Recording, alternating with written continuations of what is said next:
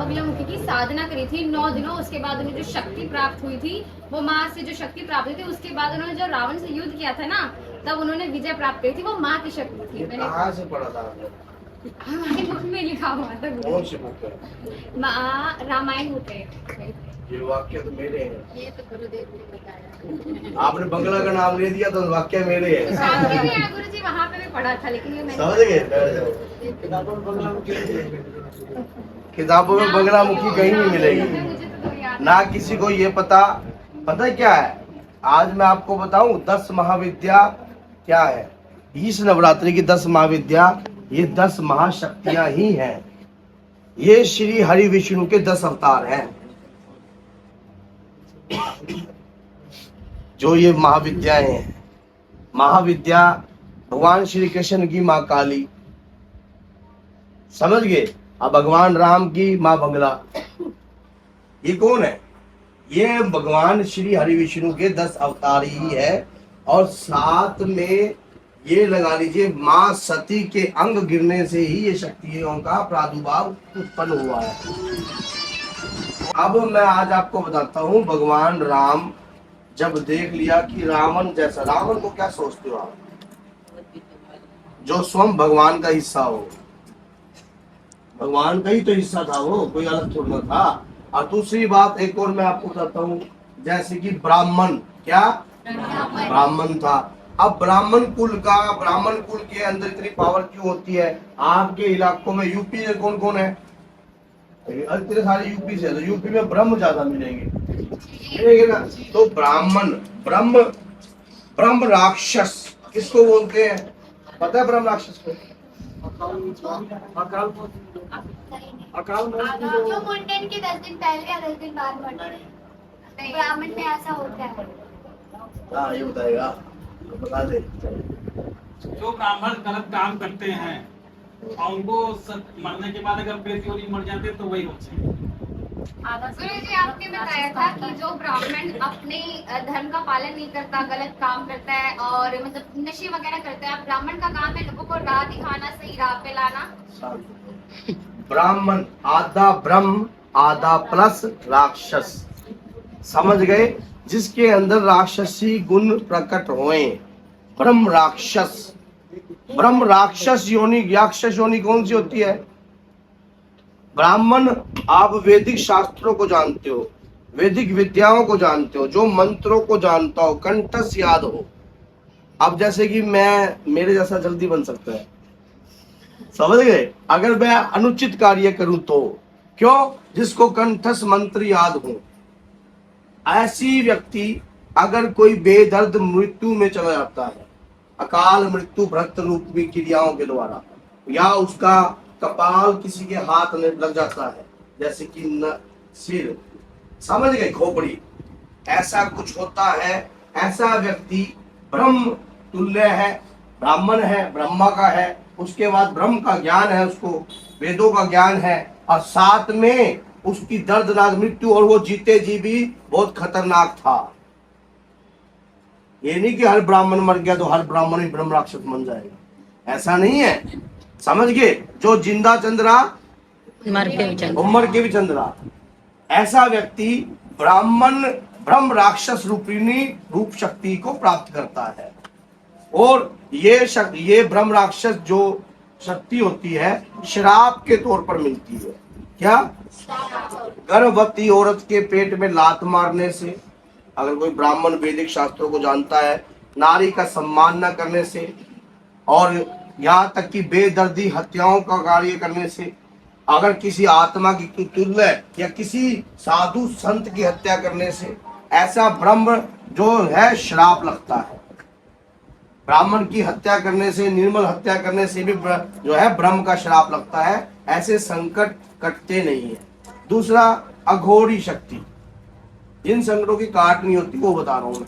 काट तो बाबा की माँ की शक्ति से सभी की होती है, पर तरीका होता है। इसके लिए थोड़ी सी पढ़ाई जो है पीएचडी लेवल की होनी चाहिए, थोड़ा फर्क होगा। मान लो आप ब्रह्म राक्षस को उसकी काट क्यों नहीं होती? क्यों नहीं होती बताओ? कोई इस चीज का जवाब दे सकता है? मान लो इसमें ब्रह्म राक्षस है, अब ब्रह्म राक्षस एक तो रासलीला होती है, शरीर में सेक्सुअल होता है, समझ में पूरे परिवार पे पूरा कब्जा करता है, वो कहता है मेरी पूजा कर। मैं और वो बनाता भी है, जैसे कि बनाता भी है, अमीर भी दे देगा आपको, पैसा भी ला के देगा, सारा कुछ करेगा, लेकिन आपकी जनानी उसकी। समझ गए? ये चीजें उसकी रहती हैं घर में, कब्जा उसका, सारा कुछ, नहीं दुल्हन का मत्था मेरे पास टिके, सारा कुछ, ये सारी चीजें शक्तियां उसमें होती है। अब बात आती है कि ये जो व्यक्ति है, अब इसके शरीर में ब्रह्म राक्षस है, लेकिन इसको वेद आते हैं सारे, मंत्र इसको सारे आते हैं। अब कोई व्यक्ति इसकी काट करेगा तो मंत्र जैसे वो काट करेगा वैसे ही अपने अंदर मंत्र का गुणगान करेगा। समझ गए? तो फाइट क्या होगी? चलने लगे ना फाइट। अब उसकी काट होती नहीं जल्दी सी, इसकी काट अच्छा वैदिक शास्त्र, जो ब्राह्मण होगा, ब्रह्म वंश से पैदा होगा, वेदों और शास्त्रों को जानता होगा, और जो पिप्पल देव की पूजा करता होगा, वही व्यक्ति ऐसे ही शक्तियों की काट कर सकता है। अब पिप्पल देव कौन है पता ही लोगों को, कौन है पिप्पल देव? अरे पिप्पल देव कौन है? कौन बोला? पिप्पल देव कौन है?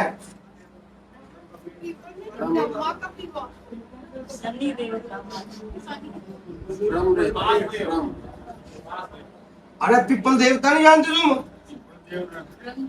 तो ब्राह्मण कुल से तुझे पता है पिप्पल देवता कौन है? अरे पिप्पल में तो ब्रह्मा विष्णु महेश का वास है, पिप्पल देवता कौन है? अपनी जैसी बात न बोले कर। पिप्पल देव अलग देवता है, समझ गए? पिप्पल देव अलग देवता है, और उनका आह्वान वो छोटी अवस्था के अंदर ही, जैसे कि सुखदेव जी महाराज, ऐसे ही पिप्पल देव है। हाँ भाई आने देगा है। तो ये क्या होता है, जिनको जिसकी काट के तरीके पता होते हैं कि किस तरीके से इसकी काट हुई, ऐसे आपके राक्षस है। अब जा लो आपके घर में भूत, ऐसा तो कोई सोलह संकट में कोई याद दिखता है कि थी भाई, अब देखा वो मरने में नहीं आ रहा, क्या किया जाए भाई? ऐसा जब ये चीज मरने में ना आए, क्या किया जाए? भगवान राम ने जगत जननी का आह्वान किया। भगवान शिव के वो अपार भक्त है, भगवान शिव उनके आराध्य देव है, इष्ट देव है। जब किया, अब पता है भी इस राक्षस को, अब रावण की जो मां चामुंडा तो उसकी द्वारपाल थी। अब आप बताओ, ऐसा राक्षस है जो मां चामुंडा को द्वारपाल रख के बैठा हो है? दो ग्रहों को बांध के रखता था, काल को सिरारे बांधता था। तो आप सोचो वो राक्षस क्या था? ब्राह्मण कुल से था, समझ गए? अब ब्रह्म राक्षस की शुरुआत वहीं से होती है, क्योंकि उसकी मां राक्षसी थी और पिता ब्राह्मण थे। तो दो मिक्सिंग क्या हो गई? जब अधर्म और जब नेगेटिव और पॉजिटिव मिलकर बनती है तो एक राक्षस तुल्य शक्ति प्राप्त हो जाती है। अब उसके बाद इतनी अपार शक्ति थी, जब ग्रहण के समय भी उसने बहुत सारे मंत्रों को सिद्ध किया। ग्रहण के समय भी बहुत सारी शक्तियों को जागृत करता था वो। जब ग्रहण पड़ता था उस समय रावण भी ग्रहण के समय शक्तियों को जागृत करता, प्रकट करता, हर शक्ति को काबू कर लेता। अब उसने देख लिया भैया कि ये सिस्टम तो है नहीं, लेकिन मां ने कहा था कि जिस दिन तेरे घर तू अधर्म का साथ देगा, मां चामुंडा का, उस दिन मैं तेरा साथ छोड़ दूंगा। अब नारी का उसने अपमान किया था, मां सीता को लेके आया था। अब सबसे बड़ी बात यह मत सोचना कि माता सीता को उसने पकड़ा था, वो तो छाया थी, ठीक है ना? असली सीता तो मां अग्निदेव के पास थी। तो अब जब देख लिया भाई सारा सिस्टम हो गया, भाई ये मरने में नहीं आएगा, तब भगवान राम ने आह्वान किया मां दुर्गा का। तब मां दुर्गा की 10 महाविद्याओं की शक्ति इस नवरात्रि में प्राप्त होती है।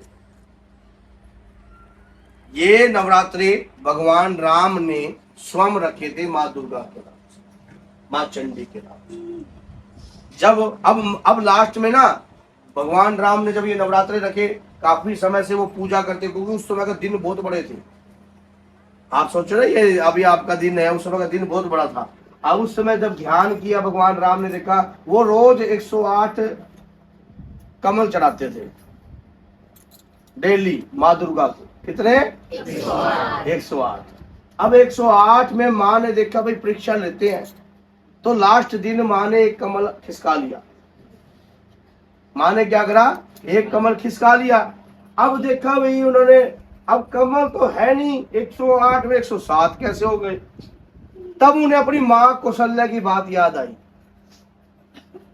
माँ कौशल्या उनको बोलती थी, तेरी आंखें तो नील कमल के जैसी है। क्या थी? तेरी आंखें तो नील कमल के जैसी हैं। अब कहते सूर्यास्त जो है हो जाएगा, मैं अब 108 अब कमल कहाँ लाते हैं? हनुमान जी लेके आते थे कमल भी। अब कहते बाबा ने कहा मैं तो पूरे लाया था। अब कौन खेल रही थी? माँ खेल रही थी अपने बच्चों के साथ। समझ गए? तब देखा भगवान राम जब अपने कमल को निकालने चले, तब माँ दुर्गा प्रकट हुई। माँ दुर्गा प्रकट हुई, देखो लाइट भी आ गई ना, समझ गए? अब माँ दुर्गा प्रकट होकर आशीर्वाद देती है, कहती है कि हे, अगर ये नवरात्रि शरदकालीन जो नवरात्रि होंगी, इस नवरात्रि को विजयी भई वरदान प्राप्त होता है। क्या होता है? अब जो 10 महाविद्याओं की कृपा होती है वो इन्हीं नवरात्रि में होती है। वैसे तो गुप्त नवरात्रि 10 महाविद्याओं की है, पर इस नवरात्रि में विजयदशमी तक कृपा प्राप्त होती है।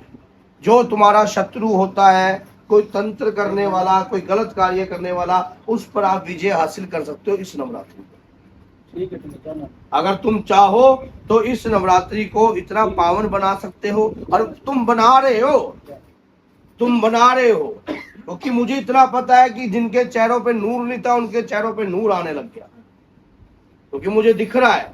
तभी आप सोच रहे हो, आप ये मत देखना ये शरीर जो है माँ का ही है, बाबा का ही है, और जिसके शरीर के साथ संकट थे उसके संकट कहाँ है ये भी वह महसूस होता है। और ये बात याद रख लेना, अगर सच्चे मन से ये नवरात्रि आपने रखी है और नवरात्रि में आप पूजन कर रहे हो, आप भोग लगा रहे हो, नित्य नियम जो ये काम हो रहे हैं, ये सबके काम सिद्ध होंगे। जय माता दी।